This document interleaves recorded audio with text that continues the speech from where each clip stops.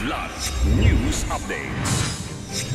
Mga balita ngayon, apela para baliktarin ng Acquittal ni De Lima pinababawi ni DOJ Secretary Remulla. Prosekusyon nais paimbestigahan. Bangkay ng dalawang mangingisda na recover matapos ang trahedya sa laot ng Guimaras. Isang 10-wheeler truck inararo ang dalawang bahay sa Camarines Norte.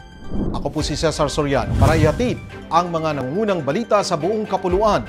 Ngayon, nakatakdang bawiin ng Department of Justice o DOJ ang apela nito na baliktarin ang desisyon ng Muntinlupa Court na nagpapawalang sala kina ML Party List Representative Leila De Lima at dati nitong driver sa kasong may kinalaman sa iligal na droga.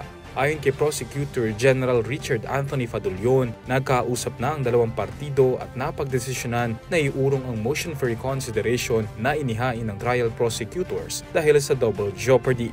Sa isang statement, nagpasalamat naman si De Lima sa kagawaran at kay Justice Secretary Boying Remulla sa naging desisyon. Ngunit nanawagan din ito na imbestigahan ang aksyong ito ng prosecution ng DOJ. Aniya, itinataguyod ng mga prosecutor ay ang political agenda dating Pangulong Rodrigo Duterte at hindi ang mandato ng DOJ. Mismong si Remulla nang nag-utos sa Prosecutor General na itigil na ang aniyay kahibangan ng mga nasa ilalim ng kanyang pamumuno. Na-recover na nitong Miyerkules, Hulyo 23 ang mga bangkay ng dalawang mangingisdang nawala sa baybayin ng Barangay Sebaste, Sibunag sa Guimaras matapos tangayin ng malalakas na agos noong Hulyo 21. Unang natagpuan dakong alas 7:43 ng umaga ang bangkay ni Vincent Paul Valles, 30 anyos, sa pagitan ng Inampulugan at Natunga Islands. Habang alas 11 ng umaga naman nang ma-recover si Ryan Galfo, 32 anyos, sa parehong lugar. Ayon sa ulat ng MDRRMO Sibunag, 4 na mangingisda ang pumalaot lulat ng bangkang Jenjen and Rowell. Habang sinusubukang kunin ng isang fishing buoy, tinangay ng malalakas na alon sina Valles at Galfo. Hindi na nagawa ng kanilang mga kasamang sina Reynaldo at Agosto Galfo na sagipin sila dahil sa sama ng panahon.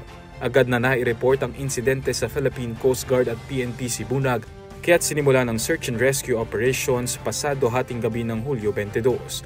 Sa utos ni Governor Maria Lucille Nava, nagdagdag ng puwersa ang PDRRMO at nakipag-ugnayan pa sa mga coastal DRRM offices sa Negros Occidental upang mapalawak ang operasyon.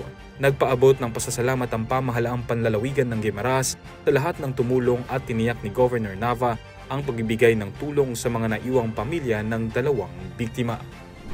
Isang 10-wheeler truck ang nawalan ng kontrol at inararo ang dalawang bahay sa kahabaan ng Maharlika Highway sa Sitio Javier, Barangay Dagit, Labo, Camarines Norte nitong Miyerkules, Hulyo 23. Batay sa inisyal na ulat, galing pa ng Santa Rosa, Laguna ang truck at magde-deliver sana ng grocery items sa bayan ng Daay.